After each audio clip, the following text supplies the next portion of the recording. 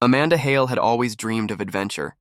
At 29, she had spent most of her life in Dallas, Texas, balancing work, motherhood, and the struggles that came with being newly divorced. She loved her 6-year-old son Ethan more than anything, but after years of exhaustion and sacrifice, she longed for something different, something that reminded her she was still alive. The chance came when she found a travel agency online offering a once-in-a-lifetime solo expedition to Egypt. The ad promised intimate tours through ancient sites far away from the crowds, personalized by local experts who would guide her through the hidden side of history. Amanda hesitated at first. Traveling alone across the world felt risky, even foolish. But after weeks of debating, she decided she deserved this break. She arranged childcare with her mother, booked the flight, and set off with nothing but a suitcase, a camera, and her bright hope for a new beginning. Before she left, she posted a smiling selfie holding her passport with the caption, "Next stop, Egypt. Time for a new chapter." The first few days went beautifully. She landed in Cairo on a golden afternoon and was mesmerized by the chaos of the city, the honking taxis, the scent of spices in the air, the silhouettes of mosques against the setting sun. Her guide from the travel agency, who introduced himself only as Kareem, met her at the airport with a polite smile and a laminated badge that read, "Desert Pearl Tours." He seemed quiet but professional, speaking just enough English to make her feel comfortable. Amanda explored the Great Pyramids, rode a camel near the Sphinx, and recorded videos for her friends back home. She told her mother over the phone how incredible it felt to be somewhere so ancient, so far from her routine life. Everything seemed perfect, almost too perfect. By her third day, the tour group had planned to fly to Luxor for an exclusive spiritual journey through the Valley of the Kings. That morning, Amanda uploaded her final Instagram story, a short clip of her boarding a small regional plane, laughing as she waved at the camera. She wrote, "Next stop, the land of pharaohs." After that, her online activity stopped. When Amanda didn't return her mother's calls, concern grew quickly. 2 days later, the travel agency sent an email stating that Amanda had decided to explore on her own and left their guided tour early. But something about the tone of the message didn't feel right. It was unsigned and written in broken English. Within a week, Amanda was reported missing to the U.S. Embassy in Cairo. Egyptian authorities began tracing her movements, discovering her suitcase and personal belongings left behind in her hotel room, everything except her camera and phone. The hotel clerk recalled seeing her leave that morning with a man wearing a black cap, claiming to be her driver. But there was no record of any such booking. No, one knew that Amanda's dream trip was about to turn into a nightmare buried deep beneath the sands of Egypt. The days following Amanda Hale's disappearance were filled with confusion, denial, and growing fear. Her family back in Texas called the travel agency repeatedly, but their messages went unanswered.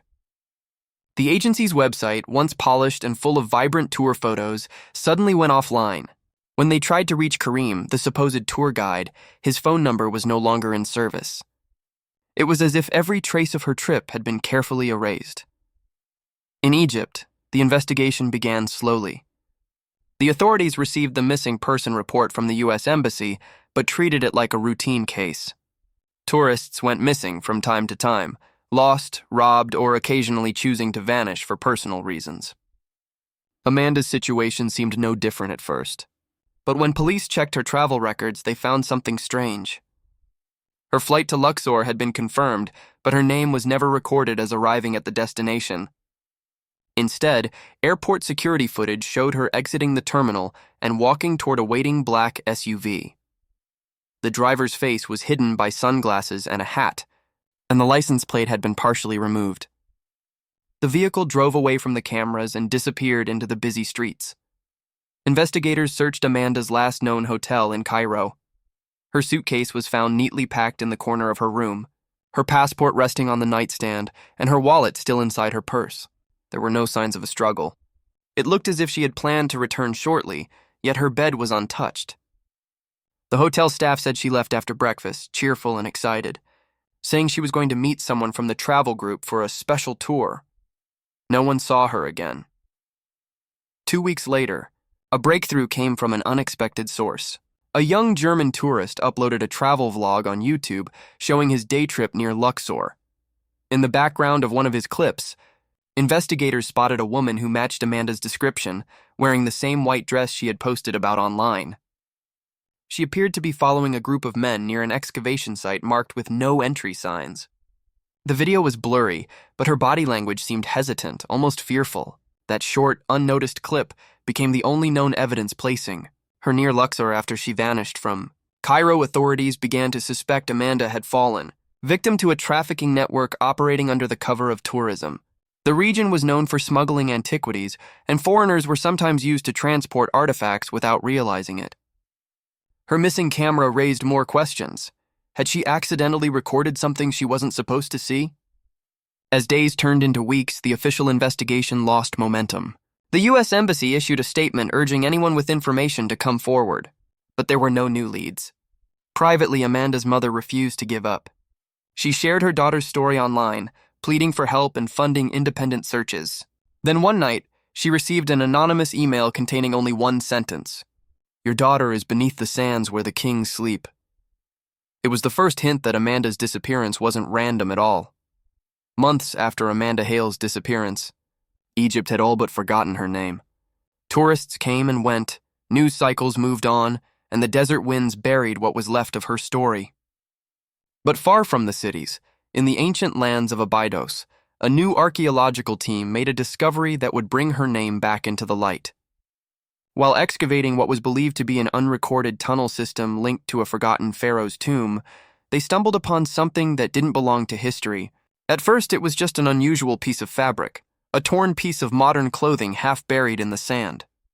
Then they found more, a rusted metal water bottle, a flashlight melted by heat, and boot prints too recent to belong to anyone ancient. As the archaeologists continued to explore, the tunnels grew narrower, twisting into areas that seemed more like living quarters than burial chambers. One of the researchers noticed smoke stains on the ceilings, suggesting someone had lit fires there not long ago. The air was thick with the smell of dust and decay, yet there was something unsettlingly fresh about the place. They eventually found a wall carved with words that made everyone freeze. It wasn't in hieroglyphics or Arabic. It was English. Etched into the stone with something sharp were the words, "They said I must serve." Samples of hair and fragments of tissue collected from the site were sent for testing. The results took weeks to confirm, but when they arrived, they shocked everyone. The DNA matched Amanda Hale. The discovery reignited global attention. News outlets across the world ran headlines about the American tourist lost beneath the sands. Egyptian authorities immediately sealed off the tunnels, declaring them part of an ongoing investigation. Further exploration revealed more chilling evidence. Deep inside one of the chambers, the walls were lined with makeshift carvings and markings, all scratched by hand. Some were small sentences like, "He watches when I sleep," and "The light means I'm still here." There were signs she had tried to dig her way out. Claw marks near one corner, a broken nail wedged into a crack. A small, decayed mattress lay in the center of the room, surrounded by discarded water bottles and traces of burnt candle wax. Whoever had been down there hadn't been alone. Investigators began piecing together the fragments of a horrifying reality. This wasn't the site of an ancient burial, it was the hideout of something else entirely. Near the deepest section of the tunnel, they found crates filled with gold fragments, stolen jewelry, and partially restored artifacts. It became clear that the area had been used by illegal smugglers, people who trafficked ancient relics out of Egypt for the black market. But mixed among the relics were traces of human presence too organized to be random: ropes, ceremonial robes, and masks painted in gold. Every clue pointed to the same disturbing truth. Amanda hadn't simply gone missing. She had been taken underground, kept alive for a purpose that had nothing to do with money. Something ancient, or at least pretending to be, had demanded her obedience. The carvings were her last voice, trapped in stone, echoing from beneath the earth she would never leave. The evidence recovered from the tunnels painted a story darker than anyone had imagined. Forensic experts found traces of burnt incense, animal bones arranged in patterns, and fragments of parchment written in both Arabic and hieroglyphs. The writing mentioned an ancient brotherhood known as the Sons of Amun, a secret cult that worshipped the spirit of a forgotten pharaoh believed to rule the underworld. Historians dismissed the cult's existence as myth, but investigators soon realized the organization had resurfaced. hidden behind layers of smuggling, ritual, and superstition. Through weeks of analysis, authorities connected several missing tourist cases spanning years across Egypt. Each victim shared eerie similarities: foreign, traveling alone, and last seen near historic excavation zones. Amanda Hale had unknowingly stepped into a trap centuries in the making. Her so-called tour guide, Kareem, had been a recruiter for the cult, targeting travelers who wouldn't be easily traced. Members of the group believed that to awaken the spirit of their pharaoh, they needed to offer souls symbolically linked to rebirth and purity. Amanda fit their ritual perfectly, a young mother reborn from the ashes of divorce, carrying the strength of new life. Recovered journals from one of the tunnels revealed disturbing rituals. Participants would chant ancient prayers, wear golden masks, and simulate acts of servitude once practiced in the pharaoh's courts. Victims were forced to perform ceremonial tasks, cleaning the tunnels and arranging relics while being told they were preparing for his return. The carvings Amanda left on the walls told the rest of the story. Her desperate messages were not just random scratches. They followed the pattern of ritual markings, possibly a hidden attempt to warn whoever might find her. Authorities pieced together her final weeks through forensic evidence. She had been kept alive, provided with just enough food and water to survive, and forced to witness ceremonies she could not understand. She was made to wear linen garments resembling those of ancient servants, and her captors treated her not as a prisoner, but as a vessel. They believed the pharaoh's spirit would manifest through her body once their rituals were complete. When the raid finally took place, the tunnels were eerily silent. The cult's base had been abandoned in haste. Melted candles still burned faintly beside offerings of gold and stone idols. No living members were found. Only skeletal remains lay in ceremonial positions, surrounded by artifacts arranged with chilling precision. Among them was a small golden pendant engraved crudely with the letters A.H., Amanda's initials scratched unevenly, as though she had tried to claim one last piece of herself before everything faded. Officials never confirmed how long she survived underground. Her body was never recovered, and the case file ended without closure. But whispers began to circulate among locals who had helped during the excavation. They claimed the cult had not truly died. Some said a few of its members had fled deeper into the desert, continuing their worship in hidden ruins. And in quiet moments near the entrance to the sealed tunnels, workers swore they heard faint scratching sounds echoing from the stone, like someone still carving words into the dark. The official investigation into Amanda Hale's disappearance eventually faded from headlines, replaced by newer tragedies and fresher mysteries, but her story refused to die. In Texas, her mother clung to hope, spending sleepless nights scrolling through old photos and reading every message Amanda had ever sent.